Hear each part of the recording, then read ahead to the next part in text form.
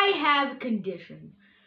It's not a rare condition by any means. If I had to calculate my expertise on it, I would say about 1 in 5 people have it. So 1/5 of the population in the entire world probably have this condition.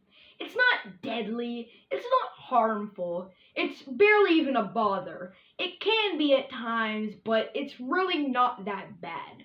Now, what is this condition I'm talking about? It's known as astigmatism. I am affected. I can't say I'm affected. I feel like I'm saying I'm like a victim of astigmatism. Okay. I have astigmatism. It's kind of hard to explain. Like, let me paint the picture for you. You're driving on a dark road at 11 p.m. at night. You can't see much, and you look out the passenger side window to stare at a street lamp. Now, what a normal person without astigmatism should see is a ball of light, obviously, because it's a street lamp, it produces light. So you see a ball of light, and it's just a ball of light. It just produces light, and it's shining down onto the floor, right? That's normal. But if you have astigmatism, then what you see is a ball of light, but then you also see light rays reflecting off of it. Kind of like when you no, how do I say that?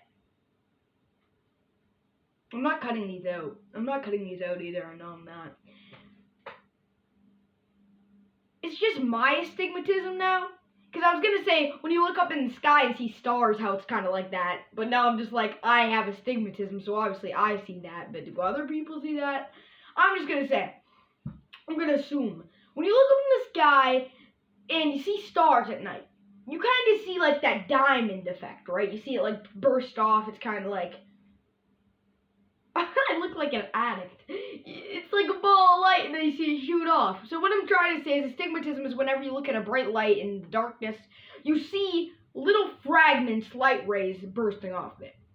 It can be a bit overwhelming at times, I'm not gonna lie. Like, it really can when you look out the side window at nighttime. You're just like flashbanged, like EMP'd by the light, but it usually isn't that big of a bother. Anyway, that was a really long segment of explaining. It's just kind of hard to explain. I'm not a doctor.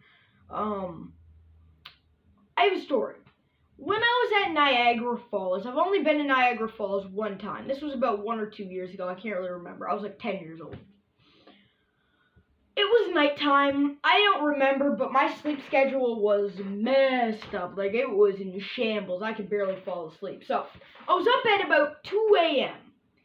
And Niagara Falls is a bustling place. It's pretty bright during the day, so you can only imagine how bright it is at night. There's a lot of street lamps, there's a lot of lights, there's a lot of houses and stuff like that.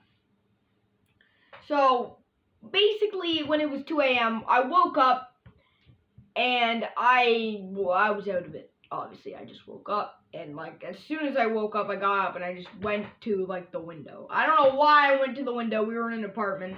Hotel, not an apartment, sorry, hotel. But I went to I think I got a glass of water first, but I was still out of it, and then I went over to the window.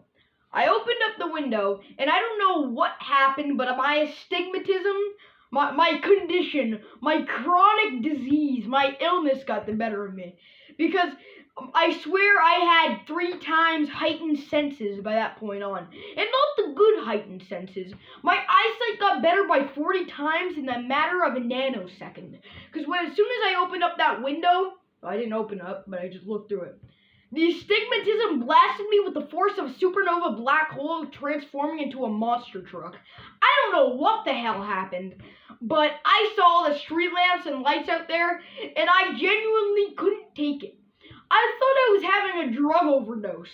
I don't take drugs. Okay, jeez, I mean, please, I'm 11 years old. I don't take drugs, but it felt like I was having a cocaine overdose, methamphetamine overdose. Anyway, so I did that, and then I was overloaded. My senses were shutting down. I genuinely felt like I was gonna die. Like, if you could draw a diagram of the most descriptive way of dying, or how it feels to die, that would probably be it. I I can reenact the event with such persistence and perceptual disturbances. That's not what that means.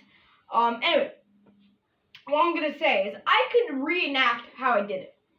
Windows right here. Watch out. I open it up. I'm like, oh yeah, and then I was like, I can't really remember too. I was like that. I was like, and there's like a little desk over here, like a little, there's drawers in there you can store your stuff, and there's all like, and yeah, I was literally just dying right there. It only lasted for about 10 seconds, literally like 10 seconds, but that was 10 seconds of hell. That was torture. After those 10 seconds were up, I was like, am I alive? Am I dead? Am I blind? None of my parents woke up. None of my siblings woke up, and I was left there to ponder about my existence. And to this day, I've never told my parents about that experience. So, that's a normal story time for some assassin.